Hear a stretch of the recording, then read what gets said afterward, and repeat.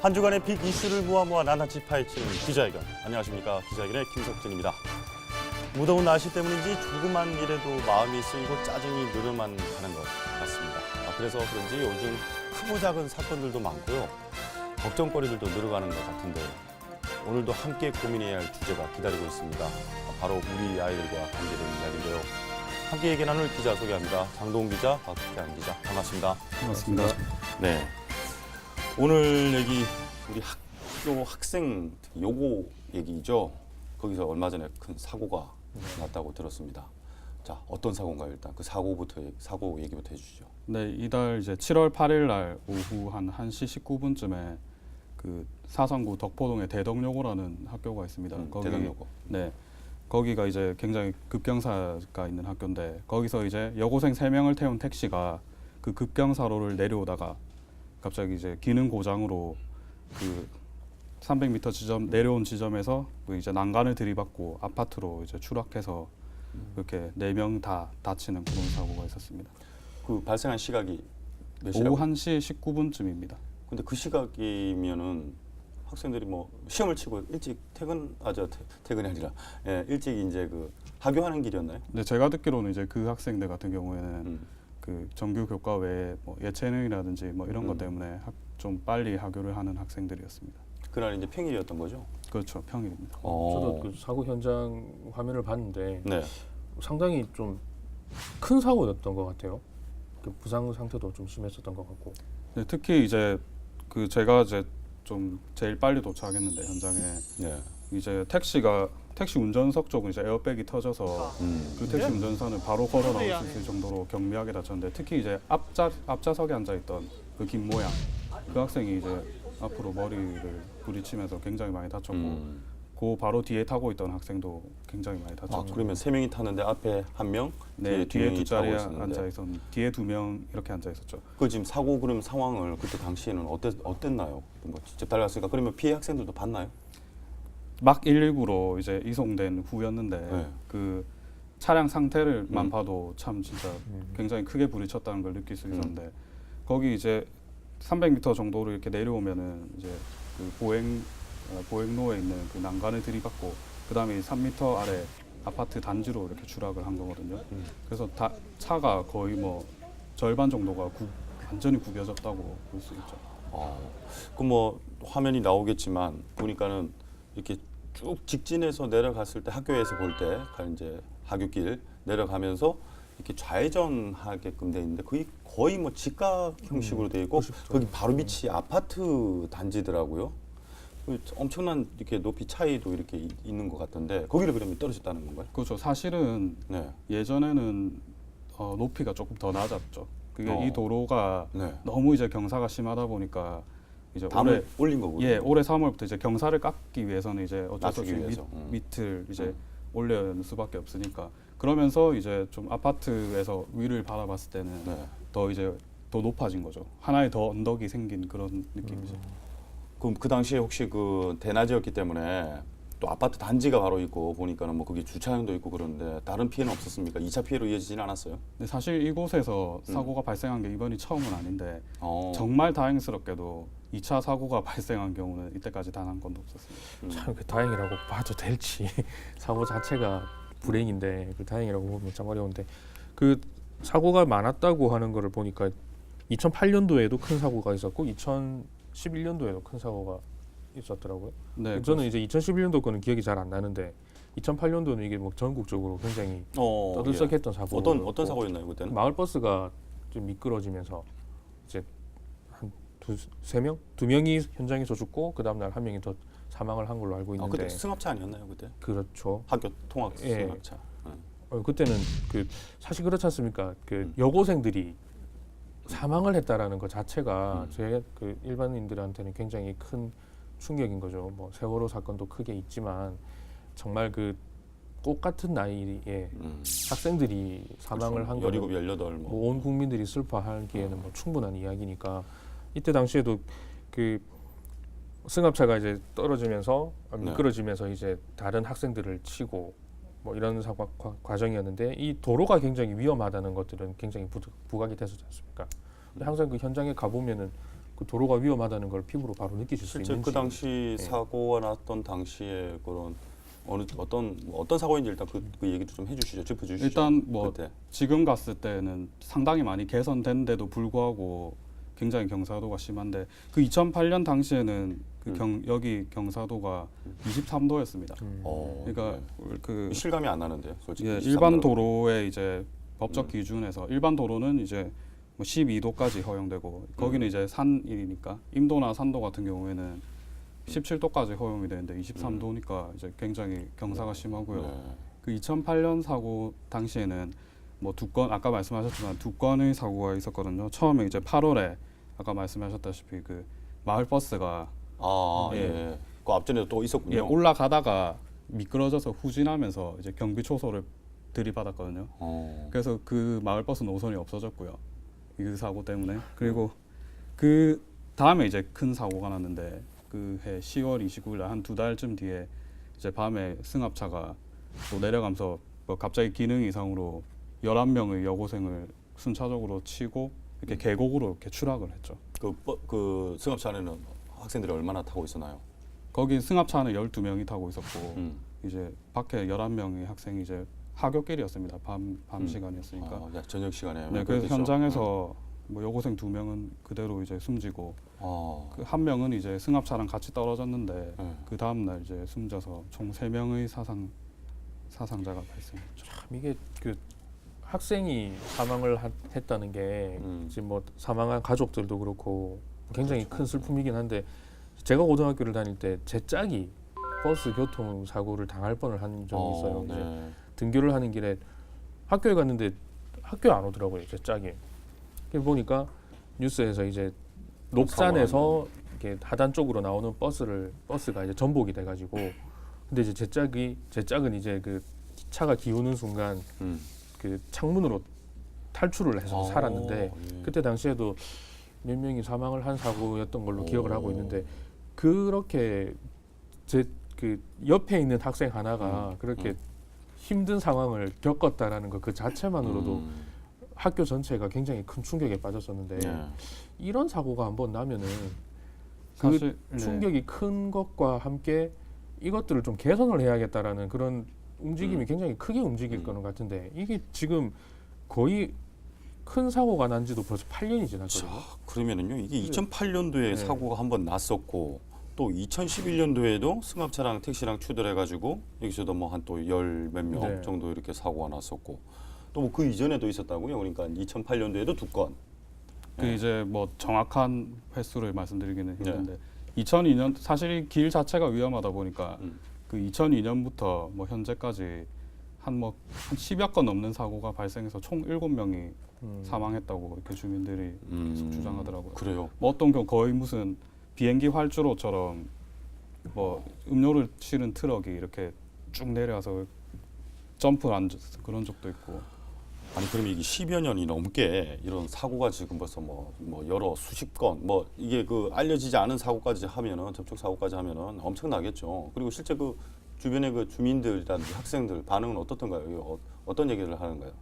이번에도 마찬가지로 큰 충격에 빠졌죠. 계속 이런 사고가 발생하다 보니까.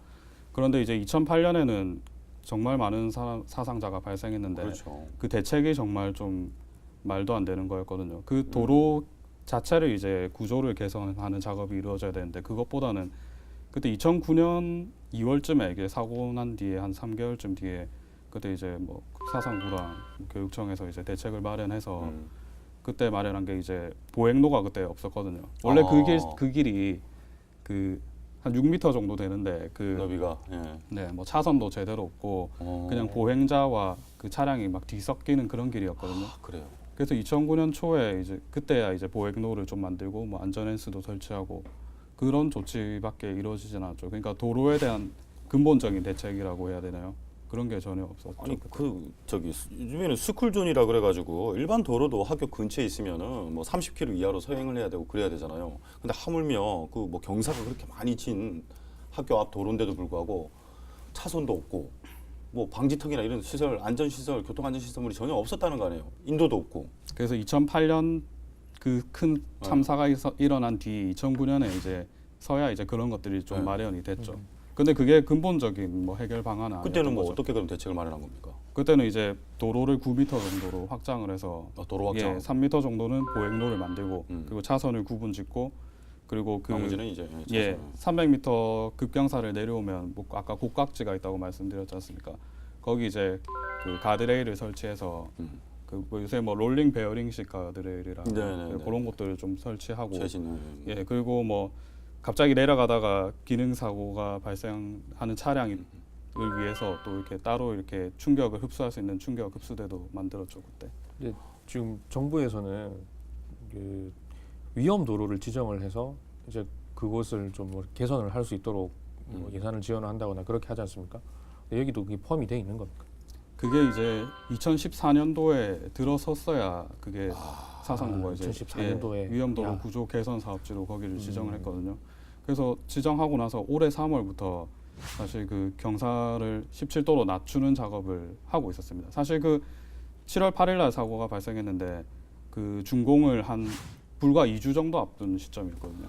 아, 그럼 중공을 2주 정도 앞뒀으면은 어쨌든 그 정도로 이제 경사도는 낮아졌다는 얘기 아니잖아요. 거의 그렇죠. 그죠. 예, 완전히 완공만 그렇게 되지 않은. 그럼에도 불구하고 또 사고가 났단 말이죠. 2008년도부터 사고가 뭐 그 전부터 이제 뭐 그런 문제가 있었겠지만 사고가 계속 나기 시작했는데 이 뭐 사고 나고 나서 그런 이제 뭐 위험도로 지정은 뒤늦게서야 뭐 2014년도에 되고 그 전에도 뭐 안전 문제라든지 이런 부분들은 그냥 뭐 수박 겉핥기식으로 그냥 이렇게 눈에 보이는 것만 하고 완전 사후 약방문식 아닙니까? 그렇죠. 사후 약방문식이고 음. 그 지금 또 그 공사를 또 황급히 또 중단했습니다. 왜요? 그 사고 때문에. 네, 이번 사고 때문에 네.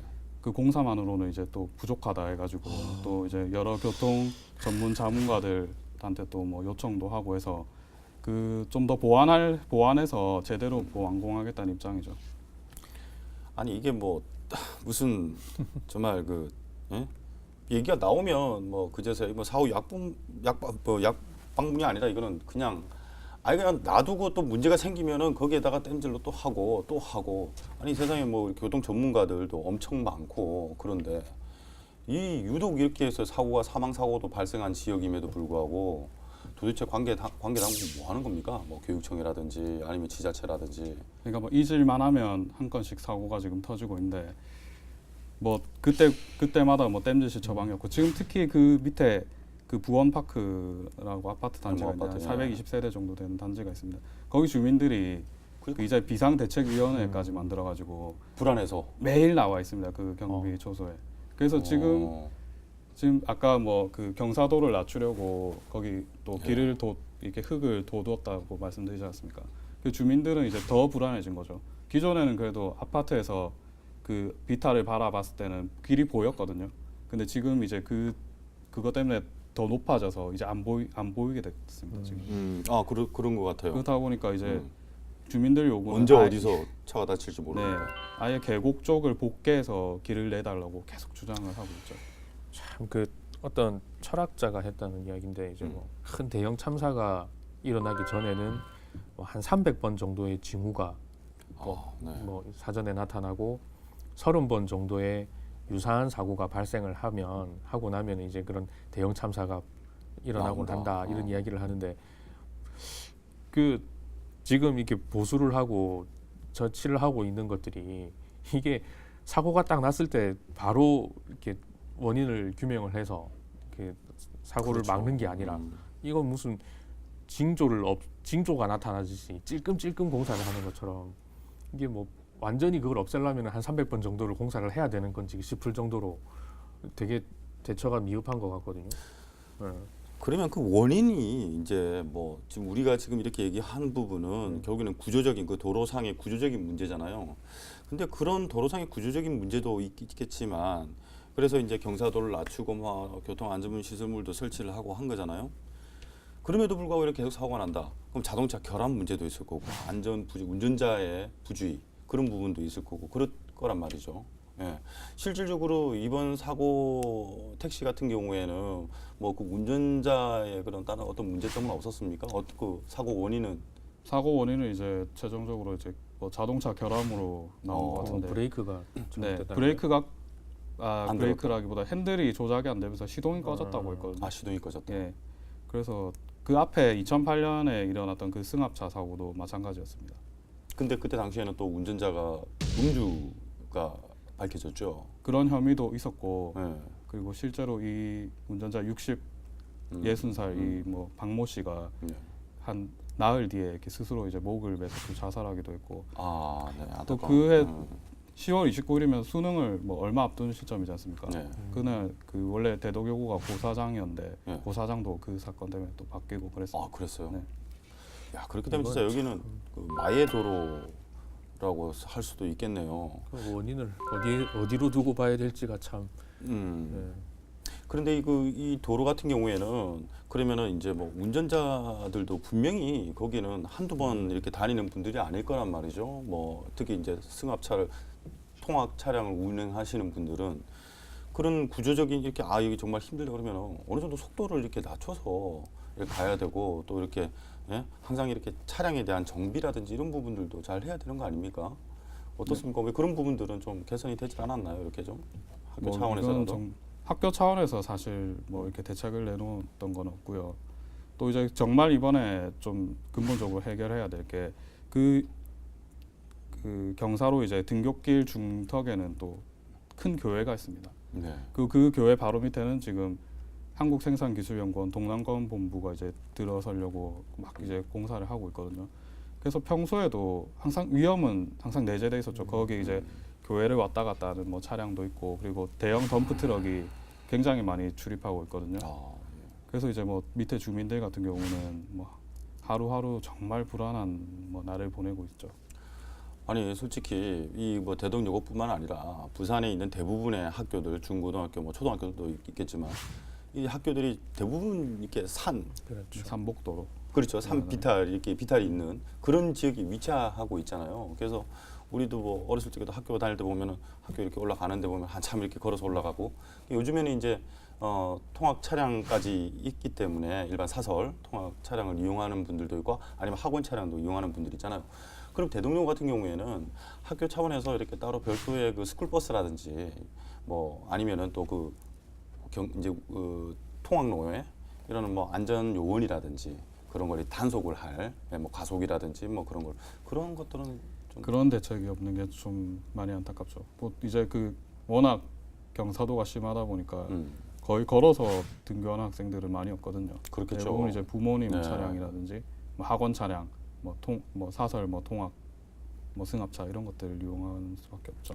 초등학교 같은 경우는 그 학부모님들이라든지 또 봉사를 해주시는 어르신들이 뭐 교통 지도를 항상 해주시고 하는데 중고등학교는 어떤지 좀 파악이 잘 되고 있지는 않은 것 같아요. 어떻습니까? 사실 중고등학교에서 제가 아는 범위 내에서는 그런 좀 그렇죠. 학부모님들이라든지 교사가 나와서 이렇게 그렇겠죠. 정리를 하는 데는 없죠. 워낙 위험하니까 그런 생각까지 드는 그러니까요. 해야 하지 않나. 뭐. 네. 진짜 거기 뭐 귀신이라도 살고 있는 거 아니에요? 아, 정말 뭐 그런 생각이 진짜 주민들은 있지는 그런 생각도- 않을까. 주민들은 진짜 그런 생각도 들겠어요. 솔직히 이런 사고가 자꾸 일어나게 되면은 거기 그 그 자녀를 둔 학부모들은 솔직히 이 학교 보내고 싶지 않다는 생각도 들겠어요. 그렇겠죠. 어떻습니까? 그래 학생들이나 학부모들. 그때 뭐 사고 현장에도 뭐 여러 학생들이라든지 학부모들, 뭐 주민들도 막 많이 나와 있었는데 뭐 대부분 다 정말 또 정말 진절머리 나기도 하고 또 뭐 한편으로는 안타깝고 많이 두려움을 많이 느끼고 있죠 지금도. 아니 좀 그러면은 이 뭐 어떤 대책을 이제 우리 뭐 박 기자도 그 사후 약방문이다 또 사후 약방문이다 뭐 이렇게 했는데 이제는 이번 사고가 일어나고 나서는 그럼 또 어떤 대책을 내놓은 겁니까? 뭐 교육청이라든지 뭐 지자체에서 사실 뭐 교육청에서 내놓은 대책은 없습니다. 이제 아직 없어요. 원래 이 도로 자체가 지금 정비가 되고 있는 상황이기 이기 때문에 때문에 뭐 이제 내놓은 게 이제 17도로 경사도를 줄이고 그리고 그 90도로 꺾이는 그 곡각지를 이제 70도 정도로 완화하고 뭐 그런 대책들이 지금 나와 있죠. 그래서 거기 더해서 이제 뭐 좀 더 거기 과속 방지턱이라든지 뭐 가드레일 뭐 이런 것들을 추가적으로 더 확보할 그런 계획이 있습니다. 그러면은 그 차를 이용하지 않고 이렇게 걸어서 통학하는 학생들은 옆에 이제 그 크게 이제 차가 이렇게 들어오거나 이랬을 때도 뭐 크게 문제가 없는 상황인 건가요 일단은? 지금은 도보로 현재로서는 운전하는 네 차. 보행로로 도보로. 이제 걸어 다니면은 차랑 크게 마주칠 일은 없죠. 그 옆에 이제 벽이 다 세워져 있기 때문에. 아 예. 네. 결국에는 뭐 차가 조심해야 될 수밖에 없네요. 운전하는 차량들이. 그 학교들이 아까 말씀하신 대로 뭐 비탈 높은 곳에 있고 뭐 그렇게 따진다면 더 비탈이 심한 곳에 있는 학교들도 있고 그곳에도 항상 차들이 다니고 있고 학생들이 걸어 다니는 곳인데 유독 이곳에서 사고가 많이 일어나고 있다는 건데 이제 지금 경사도를 좀 23도에서 17도로 완화시킨다라고 하는 거지 않습니까? 근데 이거보다 더 심한 곳에도 사고가 덜 일어나고 있는 거지 않습니까? 근데 예. 이게 정말 이 경사도만 줄인다면 이렇게만 한다면은 사고가 줄어들 수 있는 건지 그리고 아까 사고가 나고 나서 지금 공사가 중단이 됐다라고 하는데 여기에서 더 추가적으로 뭘 또 좀 구조 개선을 한다든지 그런 움직임이 있는 거예요 지금? 그 원래 사업 계획 자체를 이렇게 바꾸는 방향은 아니고 네. 그 이제 경사를 줄이고 그 커브길을 좀 완화하고 그리고 추가적으로 그 옆에 보면 또 옹벽이 또 있습니다. 반대편에 그거를 이제 좀 깎아서 옹벽을 깎아내려서 그쪽으로 이제 길을 좀 더 확보해서 위로 올리는 식으로 그렇게 지금 공사가 되고 있고 그 토목적인 이런 공사 외에 뭐 이제 안전 시설이라든지 뭐 그 과속 방지턱 이런 것들 그런 안전 장치들을 추가적으로 더 만든다는 거죠. 그 사고가 일어나고 나서 솔직히 뭐 많은 교통 전문가들이 분석가들이 그 사고 원인에 대해서 여러 가지로 분석을 했을 거 아닙니까? 그래가지고 어떤 대책도 내놨을 테고. 근데 문제는 이 학교뿐만 아니라 아까 우리 장동훈 기자가 얘기했던 것처럼 여기보다도 더 경사가 심한 학교도 있을 거고 아마 그럴 거예요. 아마 혹시 그런 부분에 대해서는 아직 조사가 된 부분이 있나요? 그 2008년도에 사실 그 참사가 일어나고 나서 그런 부산 시내 그런 학교들을 조사해 보니까 뭐 30% 넘는 학교가 30% 넘는 네. 학교가. 아. 그래서 이제 시나 교육청에서 이제 연차적으로 뭐 위험도로 구조 개선이라든지 이런 사업들을 이제 벌이고 있는데 뭐 예산 문제도 있고 그리고 또 이제 결국엔 또 예산 예, 문제죠. 사고가 일어난 곳 위주로 또 편성을 할 수밖에 없기 때문에 그리고 또 평소에는 사실 뭐 이런 7월에 이런 사고가 있었기 때문에 저희가 또 이렇게 한 번 더 눈여겨보는 그러니까 거지. 이게 문제인 것 같아요. 네. 사고가 일어나고 나면은 그제서야 이제 돈을 투입해가지고 여기 사고가 났으니까 이제 막자. 왜 이런 식으로 일을 처리하는지 저는 참 이해가 되질 않습니다. 그걸 또 학생 목숨을 담보로 한 이런 위험한 통학로.